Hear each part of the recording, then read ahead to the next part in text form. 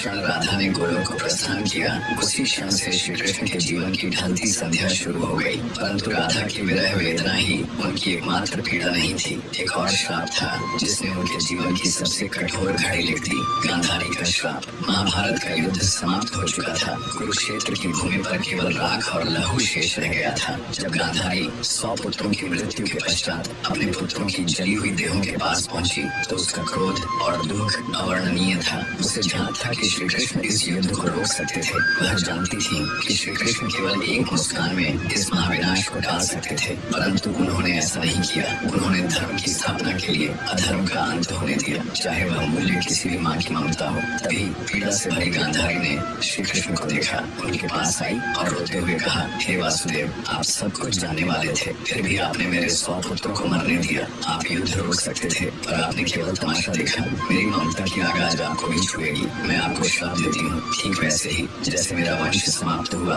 वैसे ही यदुवंश भी नष्ट होगा और आप भी अपनी मृत्यु को अकेले अपनों से बिछुड़कर एक तीर की पीड़ा में अनुभव करेंगे। श्री कृष्ण ने गांधारी के श्राप को शांत मन से स्वीकार किया, क्योंकि वह जानते थे यह भी उसी लीला का एक भाग है। जिस न्याय को वह लेकर आए थे उसी न्याय की अग्नि अब उनके अपनों को भस्म करेगी। गांधारी का श्राप, राधा की जुदाई और यदुवंश का अंत, यही वो अंतिम अध्याय थे जिसने श्री कृष्ण के मानवीय रूप को सबसे गहरे दुख से भर दिया। अब जानिए कैसे त्रेता युग में श्री राम द्वारा दिया गया वरदान बना रावण का वध कर अयोध्या लौटकर राम राज्य की स्थापना की थी। एक शाम अयोध्या के समीप एक तपस्वी राक्षस आया, नाम था जरासुर। वह युद्ध नहीं चाहता था, न ही प्रतिशोध, वो सिर्फ एक उत्तर चाहता था। जरासुर ने राम से कहा, प्रभु, आपने धर्म के लिए असुरों का नाश किया, लेकिन क्या कभी मैं भी आपकी परीक्षा ले पाऊंगा? क्या मुझे कभी वह अवसर मिलेगा जब मैं आपके मार्ग में अंतिम बाधा बनूं? राम ने मुस्कुराकर उसकी ओर देखा। वो कोई साधारण प्रश्न नहीं था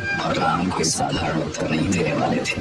राम बोले, जब मैं द्वापर में श्री कृष्ण रूप में जन्म लूंगा तब तू मनुष्य रूप में जन्मेगा और वही जीवन तुझे वह अवसर देगा जिसकी तू आज याचना कर रहा है। तेरे हाथों ही मेरी लीला इस धरती पर पूर्ण होगी, ये मेरा वचन है। जरासुर झुक गया। उसने नहीं जाना कि वह वचन युगों बाद एक महारहस्य का कारण बनेगा। समय बीतता गया, युग बदले और द्वापर में वो वचन धीरे धीरे श्री कृष्ण के अंतिम क्षणों की ओर बढ़ने लगा। जब लीला पूरी हो चुकी थी और ब्रह्मांड का सबसे बड़ा प्रेमी अपने सबसे गहरे अकेलेपन में डूब चुका था, वो द्वारका का अंत था। सब कुछ समाप्त हो चुका था। यदुवंश का नाश, रणभूमि की गूंजती चीत्कार और अपनों की ही तलवारों से बिखर चुका भविष्य। श्री कृष्ण अब अकेले थे। न सुदर्शन उनके हाथों में था, न अर्जुन उनके पास, न राधा उनके हृदय की सबसे निकट वाली आत्मा। श्री कृष्ण एकांत में द्वारका से बहुत दूर एक शांत वन में पहुंचे। वहीं एक पुराना पीपल का पेड़ था, उसी की छाया तले बैठ गए। उनके गले में वही बांसुरी लटकी थी जो कभी राधा के लिए बजती थी। धीरे धीरे आंखें बंद की और बांसुरी के सुर हवा में बहने लगे। सुरों में वेदना थी, तड़प थी और राधा के नाम की पुकार। उनकी उंगलियां कंपन कर रही थीं, लेकिन राग राधा का ही था। राधा बैठी थी परम धाम की ऊंची सीढ़ियों पर। जैसे ही उस बांसुरी का स्वर वहां पहुंचा, राधा की आंखों से अश्रुधारा बह चली। उन्होंने देखा कृष्ण अकेले हैं। प्रेम की वो दिव्य मूर्ति जिसने सारे संसार को मोह से मुक्त किया, आज स्वयं मोह योग में डूबा हुआ है। राधा ने कांपती आंखों से कृष्ण की ओर हाथ बढ़ाया, पर वे उन्हें छू नहीं सकती थी। गोलोक की देवी, परम ब्रह्म स्वरूप राधा, जिसे सारा ब्रह्मांड पूजता है, आज कृष्ण के दुख के सामने असहाय हो चुकी थी। प्रभु, अब बस कीजिए। राधा की आत्मा ने रोते हुए कहा, मुझे वापस आने दीजिए। मैं फिर से आपकी बांसुरी की सुर बनकर लौटूंगी। मैं फिर से वृंदावन की कुंजों में बहूंगी। पर मुझे यह अकेलापन नहीं देखा जाता। पर कृष्ण मौन थे। बांसुरी बंद नहीं हुई, बस स्वर धीमे हो गए, जैसे किसी नदी की अंतिम लहरें पत्थरों से टकरा कर थक चुकी हों। आकाश स्तब्ध था, धरती निःशब्द थी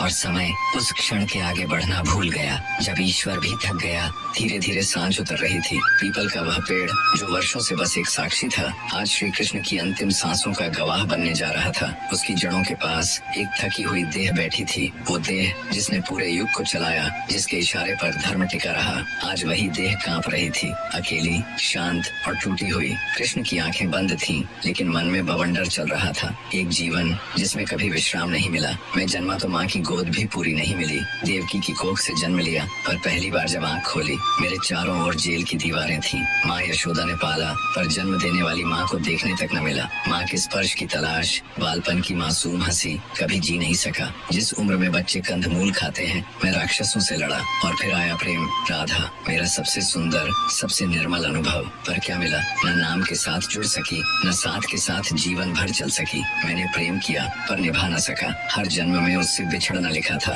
क्या यही प्रेम था? मैं राधा को छोड़ आया, वृंदावन को छोड़ आया और पीछे छूट गया मेरा मन, मेरा बचपन।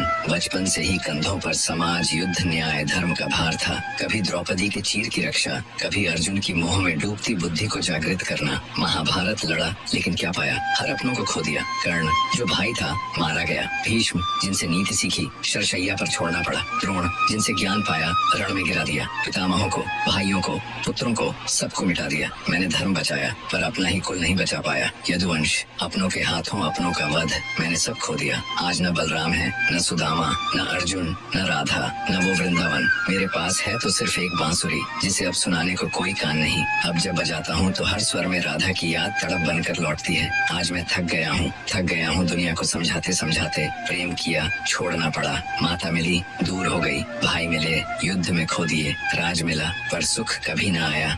इतना सब सहने के बाद भी आज मेरी अंतिम सांसें हैं और मैं अकेला हूँ इस पीपल के नीचे, जहाँ कोई नहीं है सिवाय मेरी टूटी बांसुरी के। शायद अब यही ठीक है, शायद अब राधा के पास लौटने का समय आ गया है, शायद अब मैं भी विश्राम का अधिकारी हूँ। धीरे से श्री कृष्ण बांसुरी को होंठों से हटाते हैं और दोनों हाथों से उसे मोड़ते हैं। एक टुक बांसुरी टूट जाती है। राधा की स्मृति कृष्ण की आत्मा के साथ टूटकर उस पीपल के नीचे कहीं खो जाती है। अब बस एक शांति है, गहन, गूंजती हुई, जैसे स्वयं समय थम गया हो। पीपल के पेड़ के नीचे श्री कृष्ण जमीन पर लेटे हुए थे। आंखें आसमान की ओर थीं। बांसुरी अब भी उनके होठों से सटी थी, लेकिन अब कोई धुन नहीं निकल रही थी। शरीर थक चुका था, मन शून्य हो गया था। तभी दूर जंगल में शिकारी जरा अपने शिकार की तलाश में भटक रहा था। उसकी नजर श्री कृष्ण के चरणों पर पड़ी। गेरुआ पीताम्बर की सुनहरी चमक और पैर का अंगूठा। दूर से देखा तो उसे लगा कोई हिरण झाड़ियों में छिपा है। जरा ने धनुष उठाया, बिना सोचे विचारे बाण चढ़ाया और चला दिया। बाण हवा चीरता हुआ सीधा श्री कृष्ण के पैर में आकर लगा। प्रभु,